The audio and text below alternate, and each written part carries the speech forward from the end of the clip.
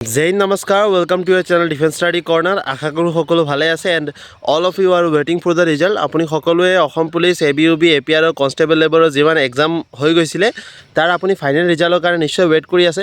So সেইটো related এইটো video' হয়। এতিয়া মিক্সড অপিনিয়ন আহি আছে বহুত যে আপোনাৰ যোনটো ৰিজাল্ট আছে সেইটো ৰিজাল্ট আপোনাৰ কেতিয়া দিব, একজেক্টলি আপোনাৰ ৰিজাল্টটো অক্টোবৰ যোনটো 10 তাৰিখে এপইণ্টমেণ্ট দিব তাৰ 10 দিন বা তেনেকুৱাই 10-15 দিন আগত ৰিজাল্ট দিব।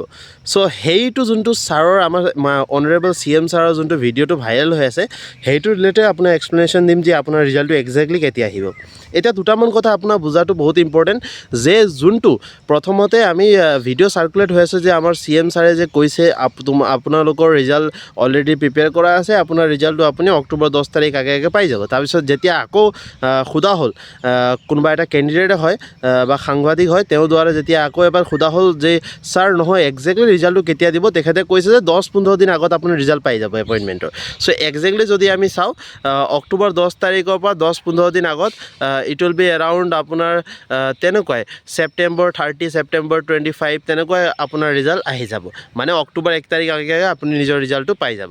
চ' সেইটো যোনটো আমি ভিডিঅ'ত চাৰ্কুলেট হৈ আছে সেইটো ভিডিঅ'টো একজেক্টলি ৰিয়েল ভিডিঅ' হয়, ফেক ভিডিঅ' নহয়, বাট তাতো আপুনি দুটামান কথা বুজাটো ইম্পৰ্টেণ্ট। এতিয়া আমাৰ যেতিয়া CM ছাৰে কৈছে যে আপোনাৰ ৰিজাল্টটো একজেক্টলি ইমান দিন আগত আহি যাব, চ' একেলগে সকলো ৰিজাল্ট পাব্লিছ নকৰে, সেইটো কথা আপুনি বুজিব লাগিব।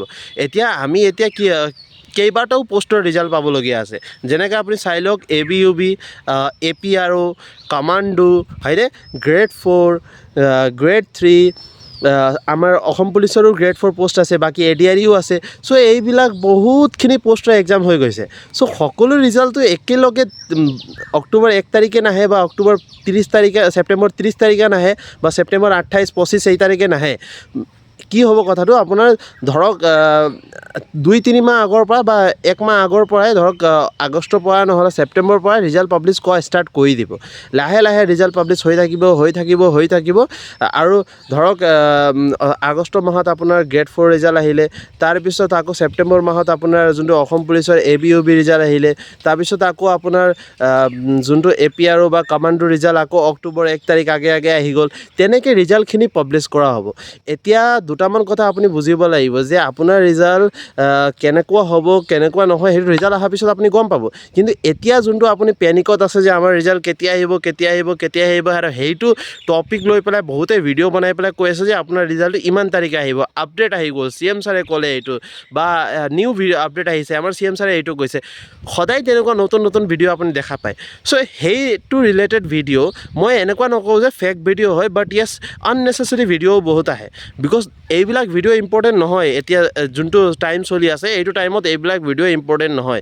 এতিয়া কোনটো ভিডিঅ' ইম্পৰ্টেণ্ট হয় যে আপোনাক জনাব লাগে যে আপুনি যোনটো তথ্যটো চাই আছে বা আপুনি যোনটো ভিডিঅ' আগত চাইছিলে সেইটো চাৰ্কুলেট ভিডিঅ' যোনটো হৈ আছে তাৰ বিহাইণ্ড দ্য চিন, মানে যোনটো ভিডিঅ' আপুনি দেখা পালে সেইটো ভিডিঅ' একচুৱেলি ৰিলেটেড কিহৰ হয় গম পাইছেনে? মই যদি আপোনাক সেইটো CM ছাৰৰ ভিডিঅ' মই এইটো ভিডিঅ' ষ্টাৰ্টিঙত আপোনাক কৈ দিছোঁ যে যোনটো ভিডিঅ' আপুনি CM ছাৰ দেখা পাইছিলে, CM ছাৰে যোনটো কৈছে অক্টোবৰ 10 তাৰিখে এপইণ্টমেণ্ট, তাৰ 10-15 দিন আগত ৰিজাল্ট পাই যাব, সেইটো ৰিয়েল হয়।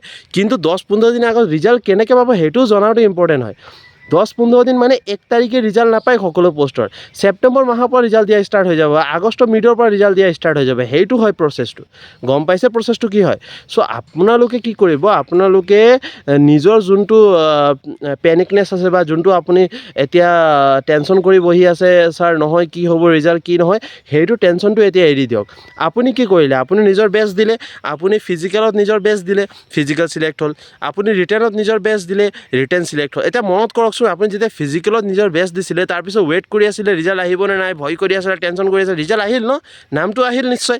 তাৰপিছত আকৌ ৰিটেন এক্সাম দিলে, ৰিটেনত আকৌ ভয় কৰি আছে ৰিটেন পাছ হ'মনে নাই, ৰিজাল্ট আহিবনে নাই, ছাৰ কি হ'ব কি নহ'ব, অলপ মাৰ্জিনত মাৰ্ক আছে মোৰ, নাহিবও পাৰে, আহিল ন ভাইবাৰ কাৰণে নাম।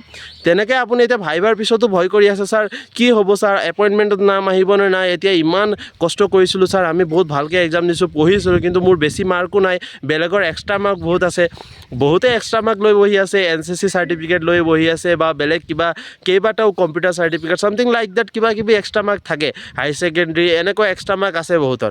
আপুনি ভাবি আছে সিহঁতে এক্সট্ৰা মাৰ্ক যদি সিহঁতৰ আছে, সিহঁতে অলৰেডি আমাতকৈ আগত আছে। হয়, সেইটো কথাটো আপোনাৰ একজেক্ট যুক্তি হোৱা কথা যে সিহঁতে আপোনাতকৈ আগত আছে, কিন্তু এইটো কথা নহয় যে সিহঁতে চাকৰি পাব আপুনি নাপায়। কথাটো গম পাইছে? এতিয়া আপুনি ভাবকচোন কিমানজন ল'ৰা ছোৱালী আছে যাৰ এক্সট্ৰা মাৰ্ক আছে, সকলোৰতো এক্সট্ৰা মাৰ্ক নাই, হয়নে? আৰু কাট অফ কি কোনটো উদাহৰণ বা কি হিচাপত কাট অফ বনোৱা যায়, কাট অফৰ প্ৰচেছ কি হয়? ইয়াৰ আগত ভিডিঅ'ত মই আপোনাক বুজাই দিছিলোঁ কাট অফৰ প্ৰচেছ কি হয়।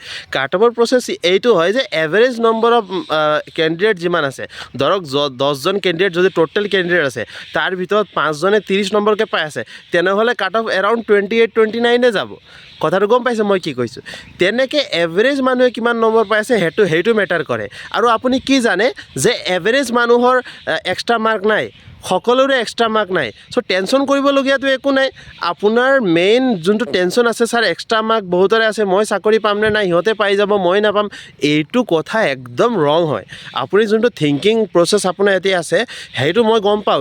মানুহে যেতিয়া ৰিজাল্টৰ কাৰণে ৱেইট কৰি থাকে, মানুহে যেতিয়া নিজৰ ফালৰ পৰা একদম 100% দিয়ে, আপোনালোকে যে 200% দিছে বা 300% নিজৰ ফালৰ পৰা দিছে, যিমান কষ্ট কৰিব পাৰিছে ইমান কষ্ট কৰিছে আপুনি, তাৰপিছতো যদি ৰিজাল্ট নাহে, তেতিয়া আপুনি টেনশ্যন কৰিবলগীয়া কথা হয়। তেতিয়াও মানুহে টেনশ্যন কৰিব নালাগে, আচলতে গিভ আপ কৰিব নালাগে। নেক্সট টাইমৰ কাৰণে আকৌ উঠিব লাগে, আকৌ চেষ্টা কৰিব লাগে। নহয় এইবাৰ হাৰিছোঁ মই, নেক্সট টাইম মই জিকিম বা মই আই উইল উইন নেক্সট টাইম। কথাটো বুজিছে? মানুহে কেতিয়া গিভ আপ কৰিব নালাগে, হাৰ মানি যাব নালাগে। চ' সেইটো বেলেগ কথা। কিন্তু এতিয়া আপুনি যোনটো ৱেইট কৰি আছে, ছাৰ সিহঁতে চাকৰি পাই যায় মই নাপাম, তেনেকুৱা কথা কেতিয়াও নহয়। আপুনি জাষ্ট এইটো কথা ভাবক যে এভাৰেজ মাৰ্ক মেটাৰ কৰে কাট অফৰ কাৰণে। এভাৰেজ মানুহৰ এক্সট্ৰা মাৰ্ক নাই, চ' এভাৰেজ মানুহৰ যদি এক্সট্ৰা মাৰ্ক নাই, সিহঁতৰ হিচাপতে কাট অফ বনোৱা যাব। যাৰ এক্সট্ৰা মাৰ্ক আছে সিহঁতৰ হিচাপত কাট অফ বনোৱা নাযায়। কথা গম পাইছে? চ' যদি 100জনে এক্সাম দিছে, 80 কেণ্ডিডেটৰ এক্সট্ৰা মাৰ্ক নাথাকিব, 20জনৰ এক্সট্ৰা মাৰ্ক থাকে। চ' 20জনক ভিত্তি কৰি পেলাই কাট অফ নহয়, এই 80জনক ভিত্তি কৰি পেলাই কাট অফ বনোৱা যায়। কথাটো বুজিছে মই কথাটো কি কৈ আছোঁ? চ' এইটো টেনশ্যন নকৰিব যে ছাৰ এক্সট্ৰা মাৰ্ক আছে বুলি মোৰ নাম আহিবনে নাই, ছাৰ মোৰ এক্সট্ৰা মাৰ্ক নাই, চ' মোৰ নাম অহা চান্সেছটো বহুত বেছি কম। এইটো একদম ৰং প্ৰচেছ হয়, এইটো একদম ৰং থিংকিং প্ৰচেছ হয়। আপোনাৰ এক্সট্ৰা মাৰ্ক আছে, এক্সট্ৰা মাৰ্ক নাই, ডেট ইজ নট ইম্পৰ্টেণ্ট। আপুনি নম্বৰ কিমান পাইছে, আপুনি কাট অফ ক্লিয়াৰ কৰিছে নে নাই, ডেট ইজ ইম্পৰ্টেণ্ট। মেজৰিটি মানুহে কিমান নম্বৰ পাইছে, ডেট ইজ ইম্পৰ্টেণ্ট। যদি মেজৰিটি মানুহৰ কাট অফ এক্সট্ৰা মাৰ্ক নাই, আপোনাৰো এক্সট্ৰা মাৰ্ক নোহোৱাকৈ ভিত্তি কৰি পেলাই কাট অফ বনোৱা যাব আৰু আপোনাৰ নাম আহিব। এইটো কথা আপুনি বুজাটো ইম্পৰ্টেণ্ট হয়।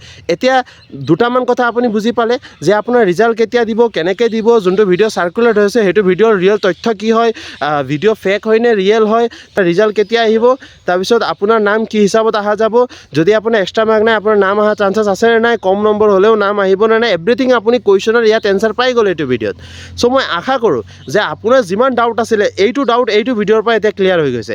এতিয়া এক্সামৰ মই আপোনাক একদম ক্লিয়াৰ কাট কথা কৈ আছোঁ যে ইয়াৰ পৰা আপুনি এক্সাম ৰিলেটেড ভিডিঅ' মোৰ পৰা নাপায় আৰু ৰিজাল্ট ৰিলেটেড, যে ৰিজাল্ট কেতিয়া দিব ভিডিঅ' শেষ আজিৰ পৰা। ৰিজাল্ট যেতিয়া দিব আপুনি গম পাই যাব। আগষ্টৰ মিডৰ পৰা ৰিজাল্ট দিয়া কামটো ষ্টাৰ্ট হৈ যাব। ছেপ্টেম্বৰ মাহতো ৰিজাল্ট দি থাকিব, অক্টোবৰ মাহতো ৰিজাল্ট আহিব পাৰে বা অক্টোবৰ আগতে ৰিজাল্ট প্ৰচেছ শেষ হ'বও পাৰে। ঠিক আছে, মই যিমান ভাবোঁ অক্টোবৰ আগতে ৰিজাল্ট প্ৰচেছ শেষ হৈ যাব। সিহঁতে 10-15 দিন ল'ব এপইণ্টমেণ্টৰ কাৰণে। ঠিক আছে, চ' ছেপ্টেম্বৰ মাহতে ৰিজাল্টৰ প্ৰচেছ এভৰিথিং শেষ হৈ যাব। আগষ্টৰ পৰা ষ্টাৰ্ট হ'ব, ছেপ্টেম্বৰত শেষ হ'ব। চ' এইটো প্ৰচেছ চলিব। ঠিক আছে, আৰু দুটামান কথা যে আপুনি যদি নিউ মেম্বাৰ হয়, আই হোপ আপুনি ছাবস্ক্ৰাইব কৰি থৈছে, ছাবস্ক্ৰাইব কৰি ল'ব। ভিডিঅ' ভাল লাগিলে ভিডিঅ' লাইক কৰিব। এণ্ড ডেট ইজ অনলি এনেকুৱা আপডেটৰ কাৰণে চেনেলৰ লগত মেম্বাৰ হৈ থাকিব। জয় হিন্দ, জয় ভাৰত।